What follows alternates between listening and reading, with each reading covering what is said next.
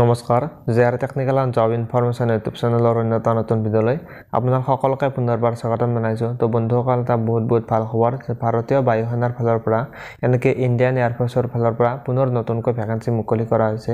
হয় বন্ধুসকল, 2000তকৈ অধিক ভেকেঞ্চি মুকলি কৰা হৈছে। তো ফ্ৰেণ্ডছ, আপোনালোকে যদি ভাৰতীয় বায়ু সেনাত চাকৰি কৰিব বিচাৰে তো আপোনালোকৰ কাৰণে এইটো সোণালী সুযোগ। তো ইয়াত আপোনালোকৰ যিখিনি ভেকেঞ্চি মুকলি কৰা হৈছে, ইয়াত আপোনালোকৰ যিটো চিলেকশ্যন প্ৰচেছত ৰানিং হয়, সেই ৰানিংটোত আপোনালোকৰ যেটো 1600 মিটাৰ আপোনালোকৰ ৰানিং হ'ব। সেই ৰানিংটোত আপোনালোকৰ বহুতো টাইম দিয়া আছে, প্ৰায় আপোনালোকৰ 7 মিনিট সময় দিয়া আছে, বহুত সময় দিয়া হৈছে ইয়াত। লগতে আপোনালোকৰ যেটো হাইট, বহুত কেণ্ডিডেটৰ যেহেতু হাইটৰ কাৰণে আপোনালোকে চিলেকশ্যনত আপোনালোকৰ সুবিধা হয়, তো আপোনালোকৰ কাৰণে এইটো বহুতে ভাল খবৰ। তো ইয়াত হাইটটো বহুতে কম বিচৰা হৈছে। আপোনালোকৰ যদি 160 সেন্টিমিটাৰতকৈ হাইটটো কম আছে তো আপোনালোকে ভেকেঞ্চিখিনিত এপ্লাই কৰিব পাৰিব। লগতে আপোনালোকৰ যদি 12 পাছ কৰি থৈছে আপোনালোকে ভিডিঅ'তে শেষলৈ চাই থাকিব। সকলোবিলাক তথ্য এই ভিডিঅ'টোত আপোনালোকক জনাবলৈ গৈ আছোঁ। সকলোবিলাক ডিটেইলছত জনাম যে আপোনালোকৰ চিলেকশ্যন প্ৰচেছটো কেনেকুৱা হ'ব, ৰানিং কিমান কৰিব লাগিব, লগতে আপোনালোকৰ কেতিয়াৰ পৰা এপ্লাই ষ্টাৰ্ট হ'ব, বয়স কিমানৰ পৰা কিমান বিচাৰিছে, সকলোবিলাক তথ্য এই ভিডিঅ'টোত আপোনালোকক জনাবলৈ গৈ আছোঁ। তো আপোনালোকে কেৱল ভিডিঅ'টো শেষলৈ চাই থাকিব। আৰু যদি ফ্ৰেণ্ডছ আপোনালোকে নতুনকৈ আমাৰ চেনেলত ভিজিট কৰিছে তো আপোনালোকে চেনেলটো ছাবস্ক্ৰাইব কৰি বেল আইকনটো প্ৰেছ কৰি ৰাখিব। তেনে বলকচোন ফ্ৰেণ্ড, ভিডিঅ'টো আৰম্ভ কৰোঁ। ভাৰতীয় বায়ু সেনাৰ ফালৰ পৰা যিখিনি নতুনকৈ ভেকেঞ্চি মুকলি কৰিছে, এনেকৈ ইণ্ডিয়ান এয়াৰফ'ৰ্চৰ ফালৰ পৰা যিখিনি নতুনকৈ ভেকেঞ্চি মুকলি কৰিছে, ইয়াৰ আপোনালোকৰ যিসকল আনমেৰিজ কেণ্ডিডেট আছে তেওঁলোকে এই ভেকেঞ্চিখিনিত এপ্লাই কৰিব পাৰিব। যিসকল আনমেৰিজ কেণ্ডিডেট হয়, তো ইয়াত বয়সটো বিচাৰিছে আপোনালোকৰ যদি আপোনালোকৰ 17.5 বছৰ হৈছে তো আপোনালোকে এই ভেকেঞ্চিখিনিত এপ্লাই কৰিব পাৰিব। আৰু মেক্সিমাম আপোনালোকৰ বয়সটো বিচাৰিছে 21 বছৰ। তো আপোনালোকে যদি 21 বছৰ আছে তো 21 বছৰ হৈছে তো আপোনালোকে এই ভেকেঞ্চিখিনিত এপ্লাই কৰিব পাৰিব। ইয়াত বয়সটো কম বিচৰা আছে, 17.5 বছৰৰ পৰা 21 বছৰ। তো আপোনালোকে নিশ্চয় গম পালে।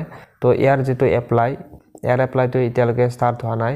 ইয়াৰ আপোনালোকৰ এপ্লাইটো ষ্টাৰ্ট হ'ব জানুৱাৰী মাহৰ 7 তাৰিখৰ পৰা। ইয়াৰ অনলাইন এপ্লাইটো ষ্টাৰ্ট হ'ব, যিহেতু ইয়াত অনলাইন আবেদন কৰিব লাগিব।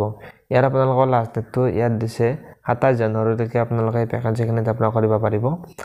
তো ইয়াত আপোনালোকৰ বয়সটো ইয়াত আপোনালোকৰ 2005 চনৰ 1 জানুৱাৰীৰ পৰা আপোনালোকৰ 2008 চনৰ 1 জুলাইৰ ভিতৰত আপোনালোকৰ জন্মৰ তাৰিখটো হ'ব লাগিব। তো আপোনালোকে এই ভেকেঞ্চিখিনিত এপ্লাই কৰিব পাৰিব। তো ইয়াত আপোনালোকৰ যেটো এডুকেশ্যন কোৱালিফিকেশ্যন বিচাৰিছে, আপোনালোকে যদি 12 পাছ কৰিছে অৰ্থাৎ হাই ছেকেণ্ডাৰী পাছ কৰি থৈছে তো আপোনালোকৰ হাই ছেকেণ্ডাৰীত যদিহে মেথছ, ফিজিক্স আৰু ইংলিছ ছাবজেক্ট আছিলে তো আপোনালোকে এই ভেকেঞ্চিখিনিত এপ্লাই কৰিব পাৰিব। লগতে আপোনালোকৰ 50% মাৰ্ক আপোনালোকৰ থাকিব লাগিব।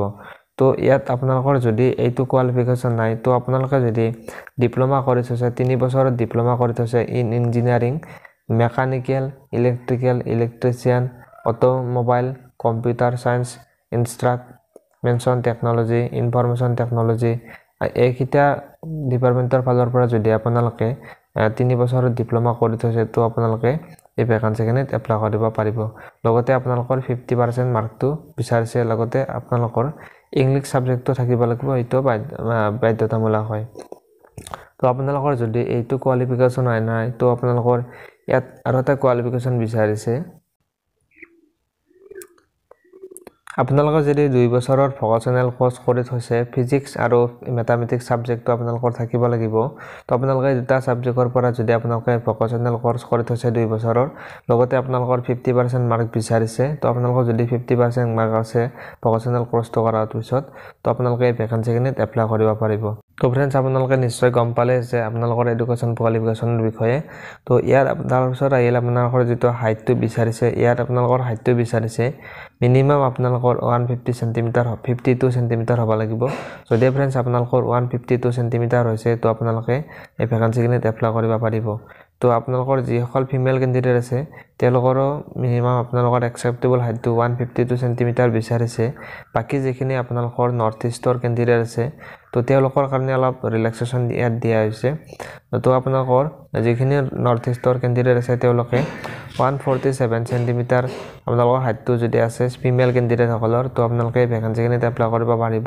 এইখিনিতে আপোনালোকক জনাই দিওঁ যে যেখিনি ভেকেন্সি মুকলি কৰিছে 2500টা ভেকেন্সি মুকলি কৰিছে আৰু এই ভেকেন্সিখিনিত আপোনালোকৰ যেখিনি ভেকেন্সি হয় এই ভেকেন্সিখিনি আপোনালোকৰ অগ্নিবীৰৰ ভেকেন্সি হয় ইয়াত আপোনালোকৰ কোনো ধৰণৰ পাৰ্মানেণ্ট জবৰ ভেকেন্সি নহয় এইটো আপোনালোকৰ অগ্নিবীৰৰ ভেকেন্সি হয় 4 বছৰৰ যেটো অগ্নিবীৰৰ আপোনালোকে নিশ্চয় জানে স্কিম আছে এইটো ভেকেন্সি হয় এইটো আপোনালোকে এটোৰ বিষয়ে নিশ্চয় গম পালে তো ইয়াৰ আপোনালোকৰ সিলেকশন প্ৰসেছত যেটো আপোনালোকৰ প্ৰথমতে এটা সিবিটি টেষ্ট অনলাইন টেষ্ট অনুষ্ঠিত হ'ব এক্সাম আপোনালোকে দিব লাগিব ৰিটেন টেষ্ট তো আপোনালোকৰ ইয়াত যে অকল ক্যান্ডিডেটৰ সায়েন্স সাবজেক্ট আছিল হাই সেকেন্ডাৰী পাস কৰাৰ পিছত তো আপোনালোকৰ হাই সেকেন্ডাৰী যেটো সায়েন্স সাবজেক্ট আছিল তো আপোনালোকৰ তা 60 নম্বৰৰ প্ৰথমতে এক্সাম হ'ব তাৰ আপোনালোকৰ ফিজিক্স ম্যাথমেটিক্স আৰু ইংলিশ সাবজেক্টৰ পৰা আপোনালোকৰ কোৱেশ্চন বিলাক আহিব আৰু যি সকল ক্যান্ডিডেট আছে যি সকলৰ সায়েন্স সাবজেক্ট নাছিল তো তেওঁলোকৰ কাৰণে 45 মিনিটৰ এটা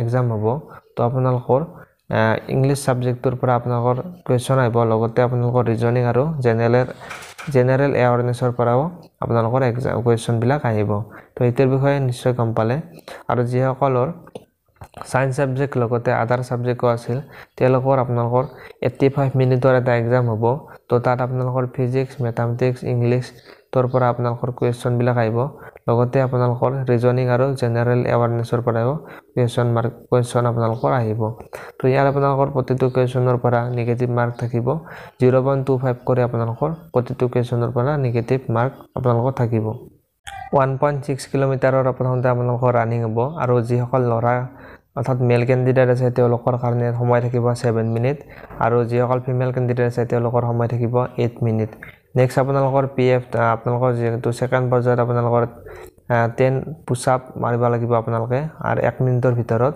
তো তাৰ পিছত আপোনালোকৰ 10টা সিট আপ মাৰিব লাগিব আৰু পিছত আপোনালোকৰ 20টা স্কোৱাট আপোনালোকে মাৰিব লাগিব 1 মিনিটৰ ভিতৰত আৰু যি সকল ফিমেল ক্যান্ডিডেট আছে তেওঁলোকে সিট আপ মাৰিব লাগিব 10টা 1 মিনিট 30 সেকেন্ডৰ ভিতৰত আৰু 15টা আপোনালোকে স্কোৱাট মাৰিব লাগিব 1 মিনিটৰ ভিতৰত তো আপোনালোকে এটো নিশ্চয় গম পালে তো ইয়াৰ আপোনালোকৰ সিলেকশন প্ৰসেসটো এনেকুৱা ধৰণৰ হ'ব তো আপোনালোকে এটো সিলেকশন প্ৰসেসৰ বিষয়ে নিশ্চয় গম পালে আৰু যদি फ्रेंड्स আপোনালোকে অগ্নিবীৰত যাম বুলি ভাবিছে তো আপোনালোকে যদি ইন্ডিয়ান এয়াৰ ফোৰ্সৰ ফালৰ পৰা যেখিনি নতুনকৈ ভেকেন্সি মুকলি কৰিছে 2500টা ভেকেন্সি তো আপোনালোকে যদি এপ্লাই কৰিব বিচাৰে তো আপোনালোকে জানুৱাৰী মাহৰ 7 তাৰিখৰ পৰা আপোনালোকে ভেকেন্সিখিনি এপ্লাই কৰিব পাৰিব তো फ्रेंड्स আপোনালোকে যদি যেখিনি ভেকেন্সি মুকলি কৰিছিল তে ডিটেইলছখিনি আপোনালোকে যদি নিশ্চয় বুজি পালে তো তেনে ভিডিওটো এটা লাইক কৰি দিব আৰু চেনেলটো যদি নতুনকৈ আহিছে চেনেলটো সাবস্ক্ৰাইব কৰি বেল আইকনটো প্ৰেছ কৰি ৰাখিব যাতে এনেকুৱা ধৰণৰ জব ইনফৰমেটিভ ভিডিও আপলোড কৰাৰ লগে লগে আপোনালোকৰ নটিফিকেশন বিলাক লগ পাই যায় এনে फ्रेंड्स আজিলৈকে ইমানে আছিল ধন্যবাদ জয় আই অসম